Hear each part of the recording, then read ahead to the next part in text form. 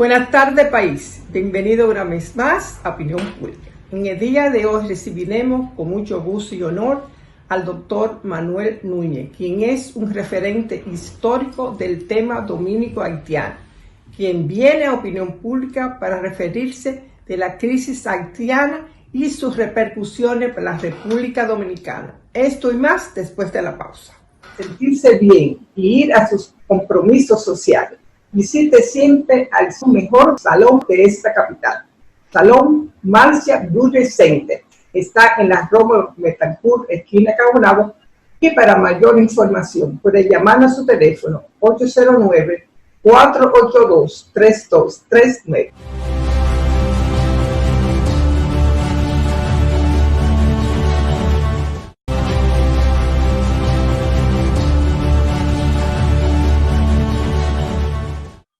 Buenas tardes, Manuel. Me siento muy reconfortada de tener el mejor referente del tema haitiano en República Dominicana, el tema dominico-haitiano, para hablar de esta temática que nos preocupa a nosotros, sobre todo ahora cuando el presidente ha dicho a través de la prensa, a través de la reunión de los intelectuales dominicanos en el que tú estabas, diciendo que Haití es un peligro para el país. Me gustaría que nos dijera ese contexto del presidente, ¿a qué se refiere? ¿Y cómo tú ves que el pueblo dominicano puede recibir esta información de su presidente?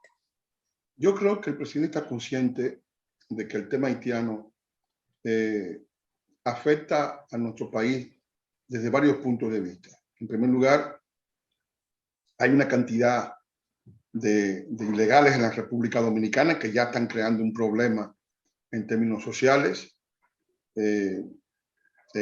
Han secuestrado prácticamente, han desnacionalizado el empleo, están ocupando masivamente los hospitales públicos. Ahora mismo las atenciones médicas en los hospitales públicos son desastrosas para los dominicanos más humildes.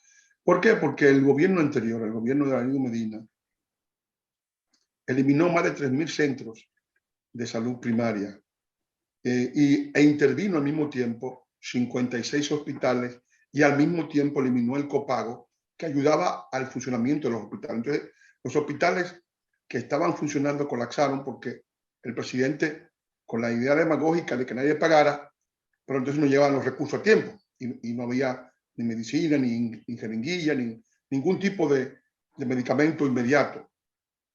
Y al mismo tiempo la restauración, la rehabilitación de los hospitales que fueron intervenidos fue una piedra de escándalo, porque vimos lo de Darío Contreras, donde todo el escándalo que todavía no se ha dilucidado, de Pimentel Caré, dinero que desaparecieron, sobrevaluaciones, etcétera, etcétera. Y todo eso nos ha llevado al día de hoy en que las clínicas privadas están abarrotadas, los hospitales que quedan abarrotados, una gran parte de haitianos, los dominicanos no tienen acceso a la salud en esos centros de salud, y al mismo tiempo la demanda de salud con el COVID, las enfermedades del otoño, la gripe rompehuesos, que tú conoces muy bien, todo eso ha prácticamente copado los servicios de salud que están ahora mismo en la situación más precaria. Junto con esto viene la crisis de las embarazadas, es decir, que los haitianos entienden que si la República Dominicana está gastando 10.000 millones de pesos de su presupuesto, que representan el 40% del presupuesto de salud, que eso es justo. Ellos entienden que eso es justo, que el país tenga que gastar el presupuesto de su población en ellos. Evidentemente, eso no puede seguir siendo así y hay que producirle un corte.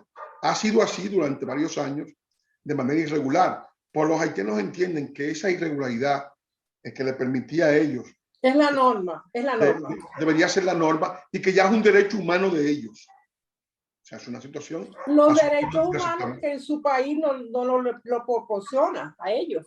Claro, sí, nosotros creemos, y yo creo que todo el mundo, a nadie le resulta extraño, de que los haitianos tienen el derecho humano a comer, el derecho humano a la salud, al empleo, a la vivienda, a tener una documentación de identidad, a tener seguridad para sus personas.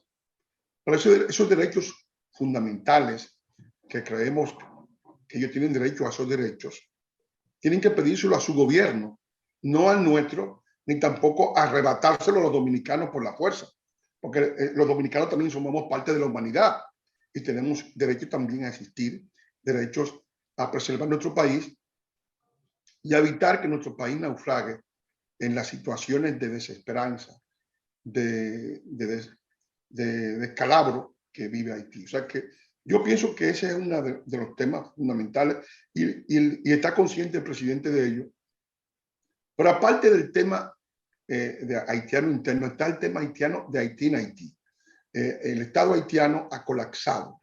Si ya allí no hay control del espacio marítimo, o sea, nadie controla, los narcotraficantes pueden entrar con alijos de drogas y depositarlo en las costas sin ningún problema, y de hecho lo hacen.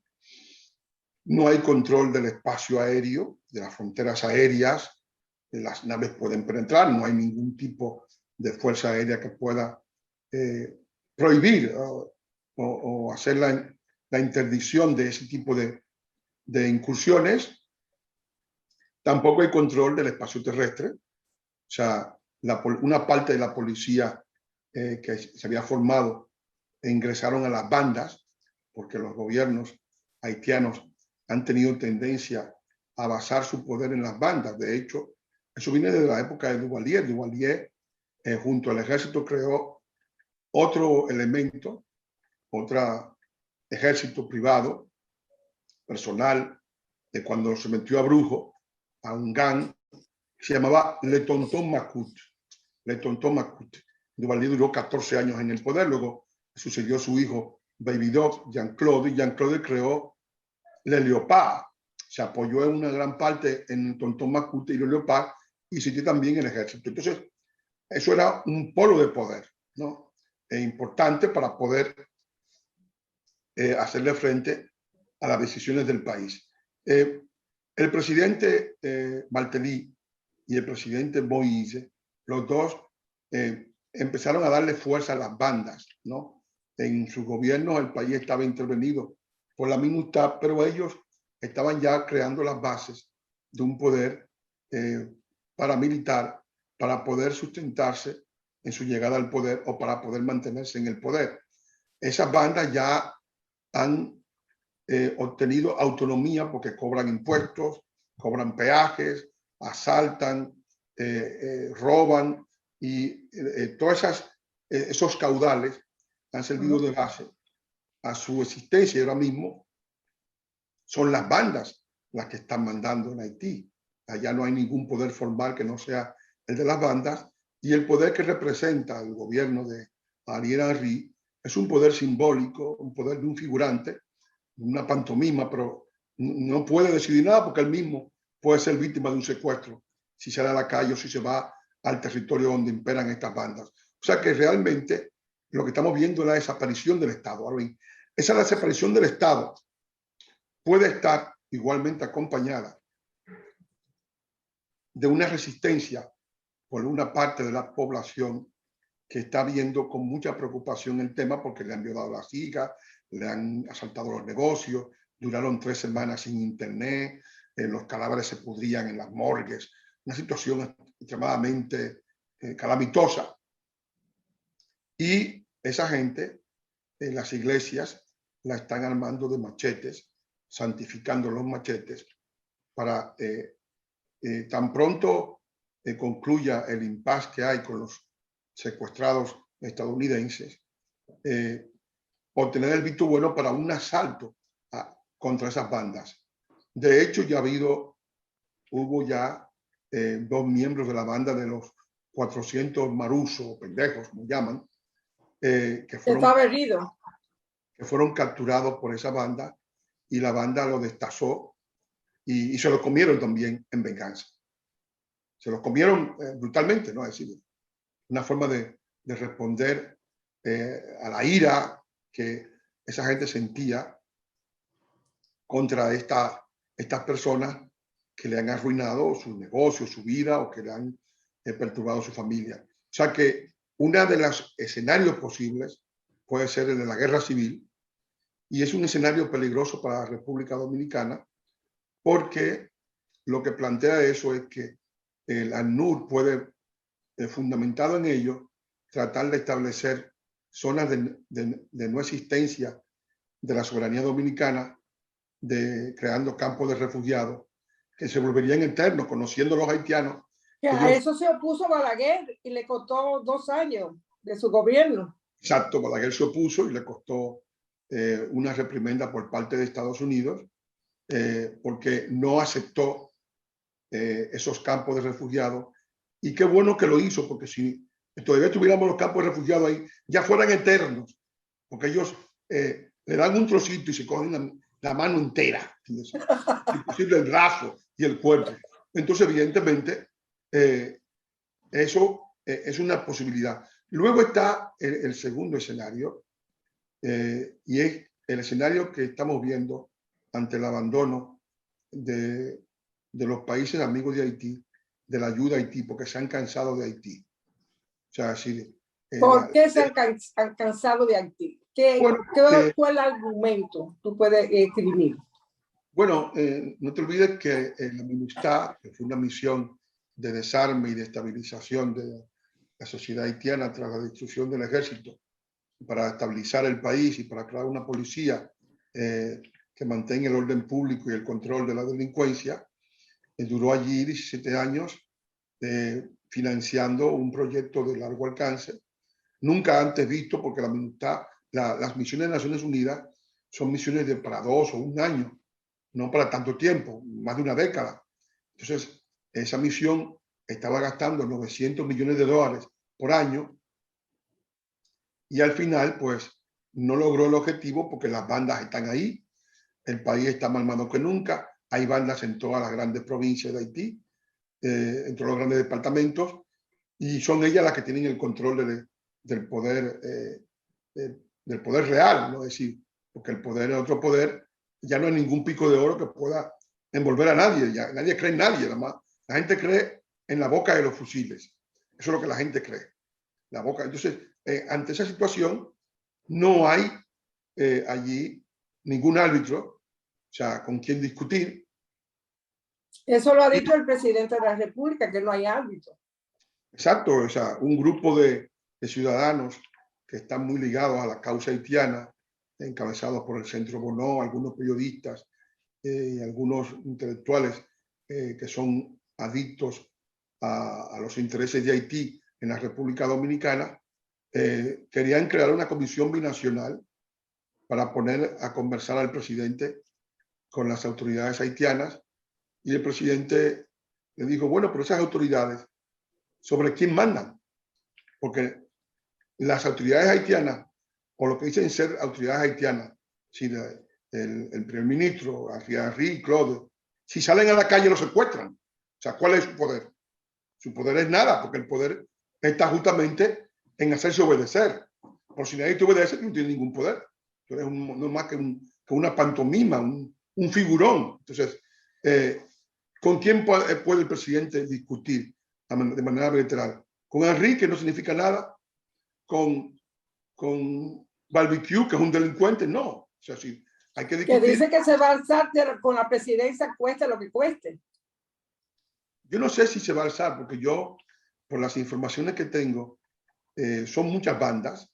Barbecue es jefe y en cierto modo el líder de la banda de Cirque Soleil, pero es reconocido por otro jefe de banda, por el grupo de 9 bandas. Pero luego hay otras bandas que son más poderosas que la banda de él. La banda que secuestró a los norteamericanos, los 400 Marujó, o sea, sí, tiene 10 veces más fuerza que la banda de Barbecue. Y es una banda de gente que han sido militares en Estados Unidos incluso. Y tiene también policías incorporados. Y cobra dinero y cobra peaje. Y ahora mismo la dirige un asesino que se llama la mort sans jour, la muerte sin día. O sea, la muerte cualquier día. Es decir, ese es el apodo de ese individuo. Entonces, ahí no hay, o sea, es una federación. Lo que estamos viendo es un estado de somalización de la sociedad haitiana, en la que no hay un poder centralizado. Y entonces, en ese estado de somatización, la población, que es la que está sufriendo por las actividades económicas, han caído a cero, la inflación está por los aires, y hay 5 o 6 millones de personas pasando mucha hambre, literalmente. Y naturalmente, el peligro y el gran problema que está en que esas poblaciones, sin ninguna esperanza, crean que la única forma de hacerse escuchar es buscar un conflicto con la República Dominicana. Y en este caso, desplazarse hacia la República Dominicana para tratar de que una situación de confrontación puede morir unos cuantos. Cuando mueran unos cuantos ya van a poner al gobierno dominicano en salmuera, y ellos podrían ante eso decir, bueno, esto es una disputa entre dos, ustedes tienen que apoyar al más débil. O sea, usar el argumento de que ellos son las víctimas y que deben ser respaldados por esa comunidad internacional que les ha dado la espalda en esta ocasión. Ese es el panorama. Por eso el presidente dijo... ¿Y qué pasará si esa poblada se da y viene a República Dominicana? ¿El ejército dominicano lo reprendería y matarían unos cuantos? ¿Y qué pasaría para que la República Dominicana libre su soberanía en la frontera?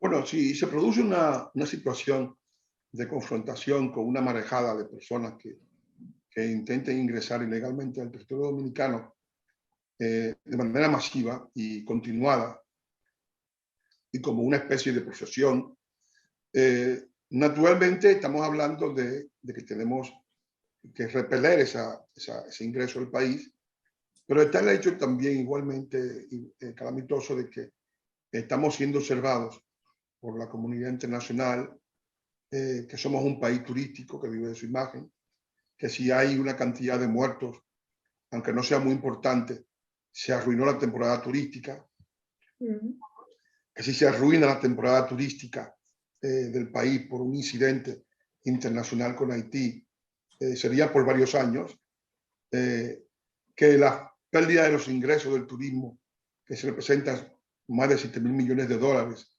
significaría una destrucción del valor de la moneda en inmediato por la inactividad, porque todos los sectores están conectados, turismo, agropecuaria, servicios. O sea, si eso cae, pues la moneda puede perder su estabilidad, porque somos ahora mismo el país líder del Caribe en el turismo. Somos el país que mejor vive, y esto lo quiero decir con sinceridad, en toda el área. Si tú examinas, por ejemplo, miras Venezuela, Venezuela es un desastre. Han emigrado 5 millones de personas en muy poco tiempo. El país está en una situación calamitosa. Cuba no puede estar peor. Jamaica ha caído en barrena. Puerto Rico ha entrado en barrena. O sea, ha llegado a tocado fondo. Se han ido más de la mitad de la población de Puerto Rico. Una situación totalmente calamitosa. Increíble en los últimos tiempos. Todo el Caribe y Centroamérica están las maras, en El Salvador, en Guatemala, donde la vida vale muy poco. Entonces, de todo el Caribe... ¿Y esa calamidad podría llegar a República Dominicana? Claro, de todo el Caribe, el país que está en mejores condiciones, donde todavía es posible la vida en paz, donde todavía se ha estado creciendo económicamente, a pesar de nuestras dificultades, es la República Dominicana. Naturalmente eso genera envidia en muchos sectores que entienden que eso no debe ser, que nosotros también tenemos que caer en el fondo del abismo, al igual en que ellos están, y es el caso de los haitianos, ¿no? A ellos, ¿qué le importa la estabilidad de la República Dominicana? ¿Qué le importa que este país se vaya a pique? Ellos están en una lógica distinta, que es la lógica de la supervivencia. Si los dominicanos se arruinan y se van de República Dominicana, nosotros nos quedamos con la República Dominicana. Y naturalmente ese es un objetivo, ¿no? Ustedes ven que cuando una casa se vacía, se llena de haitianos que se vuelven en squatters de la casa y la ocupan. Entonces hay una sensación de que el vacío que pueden dejar los dominicanos puede ser para ellos la bendición de ocupación del territorio con el cual han soñado, porque en su etapa histórica, en la historia, el momento más feliz de Haití fue la ocupación por 22 años de la República Dominicana. Manuel, ¿tú te acuerdas que hace más de 15 años que cuando se hablaba de la fusión de República Dominicana con Haití, y yo te decía, ¿qué hacemos? Y tú me dijiste, luchar. Eso es lo que debe hacer el pueblo dominicano, luchar. Claro, lo ¿No único es así? que el pueblo dominicano, así es.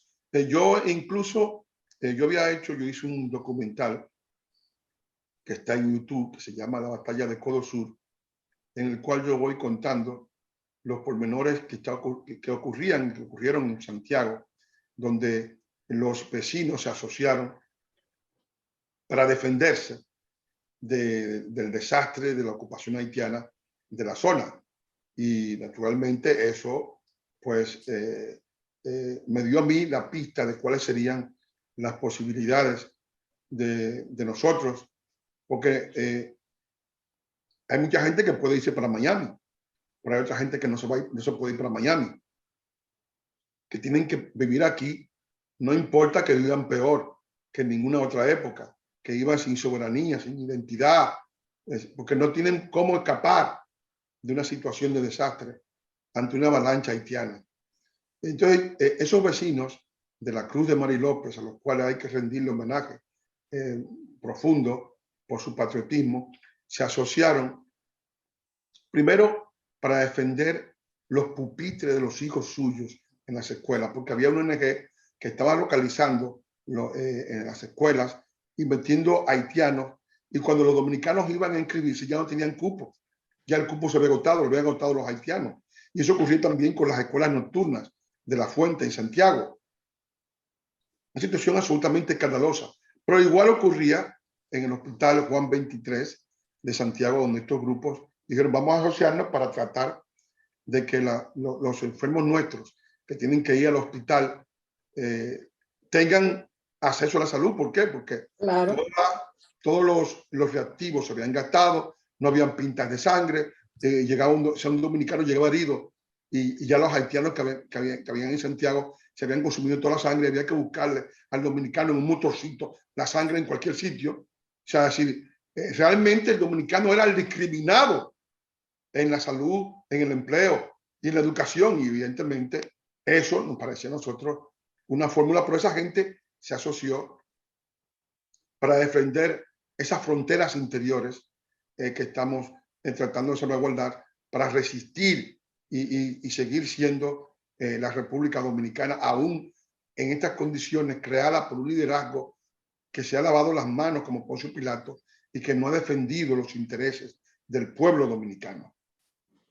Vamos a hacer una pausa. Quiero dejarla con un video que me mandaron de un haitiano que estaba residiendo en Argentina y que, como ellos llaman a los dominicanos racistas, también llaman a los argentinos racistas. Vamos a ver ese video y sigue volver. Hay un abogado haitiano que dice que somos racistas. Quiero decirle al doctor Ford, creo que es el apellido, no creo que la Argentina sea un país racista, y por el contrario, la Argentina tiene una historia y una tradición de la comunidad afroafricana. Para que tenga una idea, señor doctor Ford, para que tenga una idea, el soldado heroico de nuestra independencia es el hijo de una angoleña, el soldado Cabral. Así que por favor tenga un poquito de respeto, si viene a nuestro país tenga un poquito de respeto también hacia nosotros. Entonces le voy a decir una cosa. El batallón número 8, si Argentina no es racista, Maradona no era futbolista. Si Argentina no es racista, por analogía, Maradona no era futbolista. Usted lo está negando. Es lo que se enseña en la escuela. Es lo que se enseña en la escuela, que la Argentina es inclusiva, pero falaz totalmente. Me hace gracia que un haitiano hable de discriminación en un país ajeno. No sé si sabes de qué estoy hablando. Creo que es haitiano. Todos conocemos la masacre. Todos conocemos la masacre que pasó, ¿no?, en el 1800. ¿Querés que la repitamos? Porque capaz el señor no se acuerda y... Contarle a la gente, capaz la de los radioescuchas no conocen la historia. Yo creo que capaz el señor Nicanor Saint-Fort Laurent no sabe bien la historia de su país.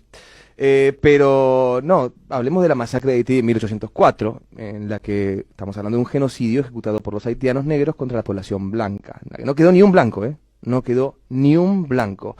De hecho, hay algo muy gracioso porque algunos medios quisieron hacer este paralelismo entre lo que planteaba este abogado Nicanor, este haitiano, y los derechos conquistados por las mujeres. Yo quisiera recordarles que en Haití se homenajea al genocidio blanco con la imagen de Dessalines. La imagen muestra a Dessalines con la cabeza de una mujer blanca en su mano, dando a entender que recién la ejecutó, que recién la decapitó.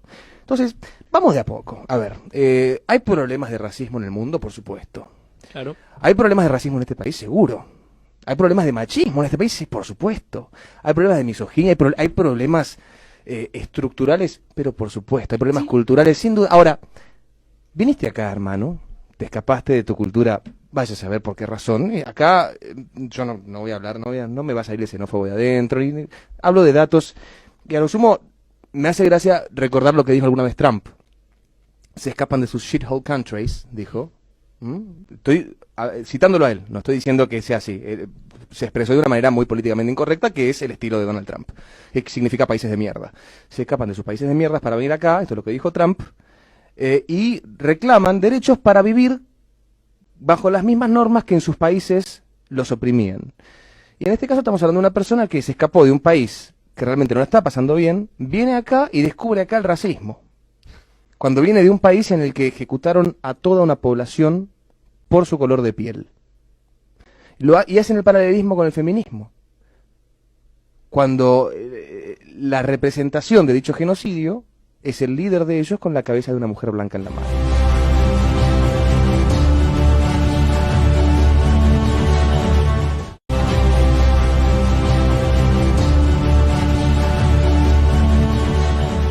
Manuel, yo recuerdo hace 5 años que la candidata a la presidenta de Francia, Marine Le Pen, decía que cuando esa invasión programada que se estaba dando en República Dominicana de los haitianos, cuando nosotros despertamos, iba a ser una pesadilla. ¿Es la pesadilla que está viviendo el pueblo dominicano actualmente? ¿Lo que pronosticó Marine Le Pen? Yo creo que sí, que el pueblo dominicano está viviendo un proceso de expropiación de su país. Es decir, el país ha sido expropiado, ha sido privado de los mecanismos de supervivencia, que son el empleo. El empleo es fundamental en la agricultura, en la construcción, en los servicios. De una forma se ve natural que se priva a la República Dominicana del acceso a ese bien. Ha sido privado igualmente en gran medida las zonas más pobres del acceso a la salud, porque estas ONG penetran en los hospitales, chantajean a los directores de hospitales, que crean todo un mecanismo de presión. Ha sido privado incluso en su propia, el acceso a la orfandad de los huérfanos dominicanos, porque si tú vas ahora mismo al CONANI, ahí todos los huérfanos son haitianos, y el UNICEF considera que es normal que tengamos que ocuparnos de niños extranjeros y que descuidemos nuestra propia niñez. O sea, es una situación absolutamente inaceptable, ¿no? Y lo mismo ocurre en los servicios educativos, que cada vez más se están introduciendo en las escuelas, porque mientras los gobiernos anteriores en políticas erráticas han querido dilapidar el dinero público en lugar de fomentar el empleo y fomentar el crecimiento económico de las poblaciones y su capacidad de independencia, lo que han hecho es que los haitianos ven que la República Dominicana vienen a la República Dominicana a estudiar con un curso supuesto que han hecho en Haití, se inscriben en otro curso para hacer el bachillerato en 2 años y dicen, bueno, en ese país tú tienes al Centro Bono, que te va a proteger, tienes a Participación Ciudadana, que te va a proteger, tienes a los jesuitas, al Consejo de Jesuitas, que te va a proteger, el Centro Poveda te va a dar la equivalencia, aunque tú no sepas español, y te van a dar desayuno y almuerzo. O sea, gratis. Eso, en comparación al Estado haitiano, En Haití solamente el 8% de la población tiene acceso a la educación pública.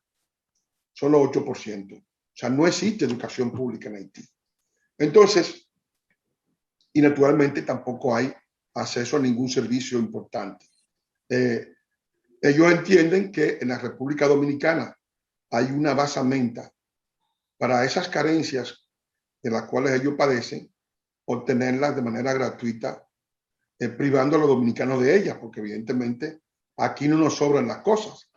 Aquí las cosas faltan y nada es seguro, es decir, que todo tiene que ser obtenido con una cierta asiduidad, con un cierto esfuerzo, y ellos lo obtienen de manera normal, es decir, y sin esfuerzo y sin exigencia. Y tú ves en las calles, hay una cantidad de haitianos que andan taxiando, conduciendo sin licencia, sin papeles y sin documentación. Si te chocan, te fregaste porque no tienen nada. Pero nadie, la DGC no les incauta los vehículos, como se lo haría un dominicano. Los haitianos no se vacunan, pero entran a todos los sitios. Si tú te quejas, te demandan y te acusan de racismo, de cualquier otro tipo de barbaridad. Pero un dominicano que intenta entrar sin vacunación es detenido. O sea que las leyes se aplican a los dominicanos de manera estricta y los haitianos están eximidos de cumplirlas. Es un asunto absolutamente intolerable. Y eso se está produciendo masivamente, desgraciadamente, en detrimento de la estabilidad. El ministro de Trabajo habló de un 2030, de un 2080 para el empleo, por ejemplo, la construcción. Eso no se está dando. ¿Qué pasó con eso?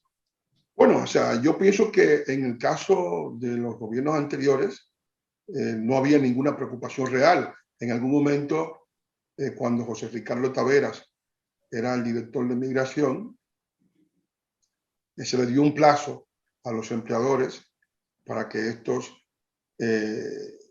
regularizaran su situación y que se cumpliera estrictamente lo que dice la ley, que solamente podían emplear el 20% de extranjeros, no de haitianos, sino de extranjeros legales, ¿verdad? Los haitianos creen que si hay un beneficio para el extranjero es de ellos también. Es una situación absolutamente intolerable, ¿no? Entonces, eso no se cumplió debido a que los sectores de la prensa, la gente que ya conocemos, se asociaron para hacer naufragar el cumplimiento de la ley, ¿no? Que es lo que garantiza el ejercicio de la soberanía dominicana. Y eso no se ha cumplido y actualmente pues se ha dicho, pero todavía realmente que se va a cumplir, pero todavía no creo que se haya logrado establecer con claridad. Pero hay una política más clara ahora. El presidente ha dicho cosas que no se habían dicho antes. Ha sido Luis Abinader, a mí me ha sorprendido positivamente, porque ha sido el único presidente que ha planteado la creación de un muro. El muro no es tanto la capacidad de contención, de dique de contención de una marejada de haitianos, sino el muro es el envío de una señal al mundo de que no van a resolver el problema haitiano dentro y sacrificando la soberanía de la República Dominicana. Y eso es lo importante. Es decir, el enviar esa señal. Fíjate que después que el presidente anunció en la Asamblea Nacional lo del muro, los amigos tuyos periodistas organizaron una reunión, trajeron a 50 comunicadores de Haití para decirle y tratar de manipular, porque ellos se creen que son más listos que los demás, tratar de manipular al presidente con palabrejas y con discursos rimbombantes. Y después que el presidente los escuchó, el presidente le dijo, yo estoy en muro. Y ya, ahí se quedaron. Sí, pero ha habido el deseo expreso de influir y de torcer la política del presidente, que es, a mi modo de ver, de ese conjunto de funcionarios, el único que resulta confiable para el pueblo dominicano, porque a mí la Cancillería ha hecho mutis por el foro y los otros organismos no han actuado a la altura de los acontecimientos. Afortunadamente, las Fuerzas Armadas han activado un plan de contención, pero naturalmente el partido del presidente no le ha dado el apoyo necesario en esta batalla nacional de salvaguarda de los intereses más sagrados que tiene la República Dominicana. Ok, Manuel, yo digo, ¿qué está pasando con estos sucesos que tú estás pronosticando? Si eso se da, ¿qué pasa con la República Dominicana para la sobrevivencia de su soberanía? La República Dominicana tiene dos riesgos. Uno es el ejercicio de su soberanía, que amenaza ser coartado por el intervencionismo internacional. El intervencionismo internacional está aupado por las ONGs. Las ONGs que están dentro del país, que están dirigidas por dominicanos conocidos, ¿no? Por grupos dominicanos. Y muchas de esas aupadas por el gobierno, pagadas por el gobierno con el presupuesto nacional. Algunas pagadas con el presupuesto nacional, como ocurre con Participación Ciudadana, el mismo Centro Bonó, porque ya no siempre le llegan los fondos permanentemente y ellos necesitan cobrar, viven de eso, viven de ser los sepultureros del país, que les paga sus salarios, ¿no? Así agradecen. Y entonces, esos grupos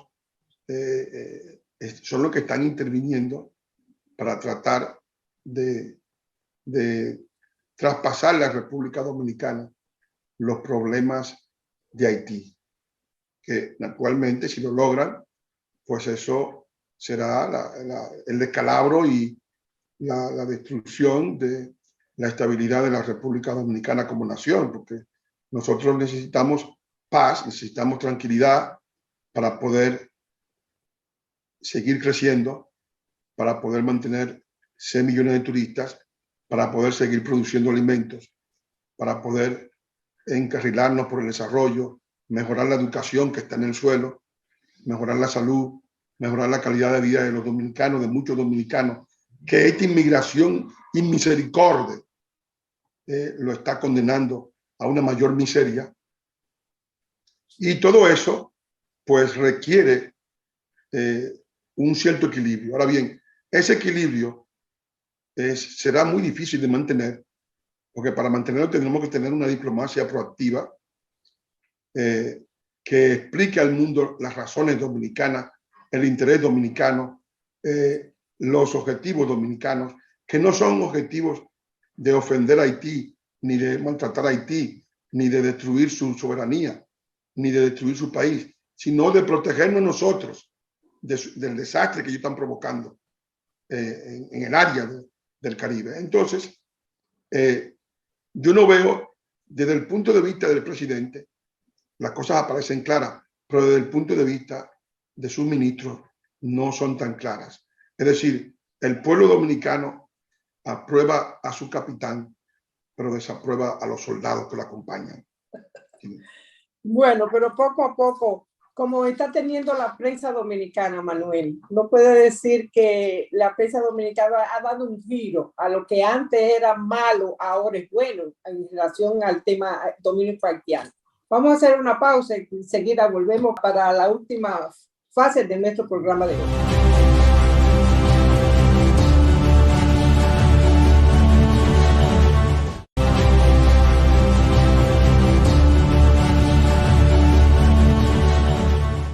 La ONU parece que sigue con su carrera de detractar a la República Dominicana, porque la soberanía de República Dominicana y sus leyes migratorias dice que la gente que venga a la República Dominicana, el país tiene derecho a no acogerlo en su suelo. Me gustaría que nos dijera cuál es tu planteamiento de eso que está diciendo la ONU, de que debemos seguir aportando los hospitales dominicanos a la parturienta haitiana.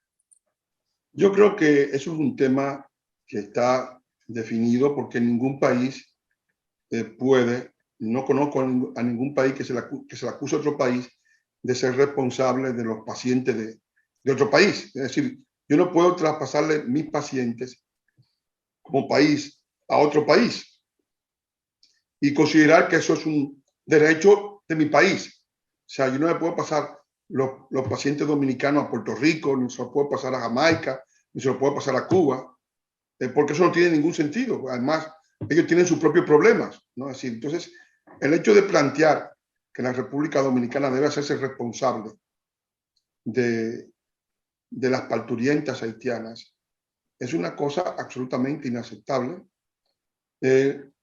Lo que hay que observar lo que dicen las propias leyes y las propias costumbres. El Estado haitiano, Haití como país, tiene normas para el ingreso de extranjeros en su territorio. ¿Cuáles son las normas haitianas? Para entrar en Haití, un extranjero tiene que tener un documento de buena conducta, o sea, que no es un delincuente expedido por el Ministerio de lo Interior del país emisor a la embajada haitiana, ¿no? De donde viene ese migrante. El documento número 1 es de no delincuencia. El segundo documento es un documento sanitario de que no está enfermo de ninguna enfermedad y que no va a significar una carga sanitaria ni de contagio a su población. Es un documento expedido igualmente por una autoridad competente y reconocido por su embajada en el país emisor.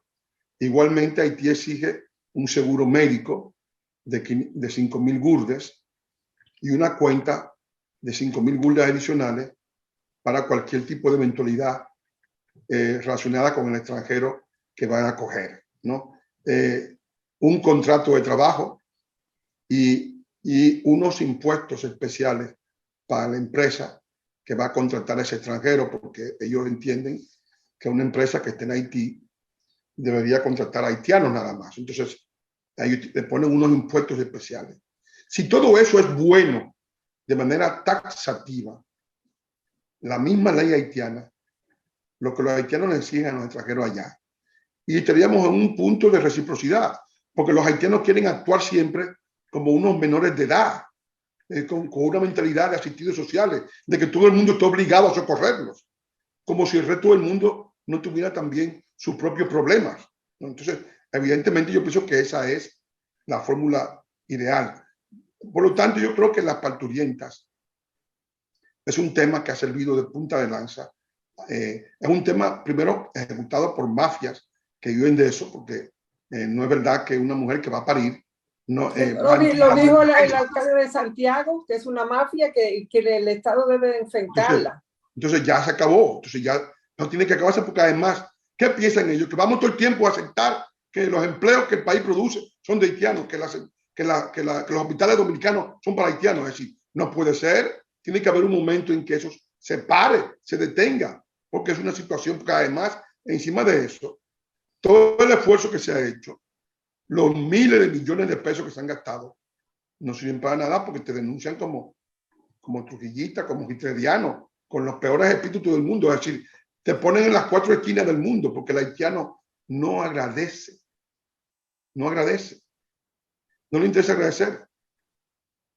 A él le interesa que tú dejes el claro, que tú le entregues el país con la llave de los carros, inclusive puestas para ellos conducir cuando tú te vayas del país.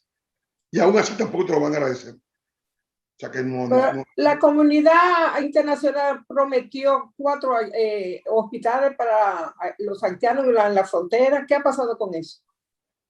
La comunidad internacional ha prometido hospitales, Francia, varios países, en México, han prometido hospitales para los haitianos. Estamos hablando de que Haití es un país soberano, ¿no? Que no es un niño menor de edad, como ellos se quieren poner a veces, ¿no?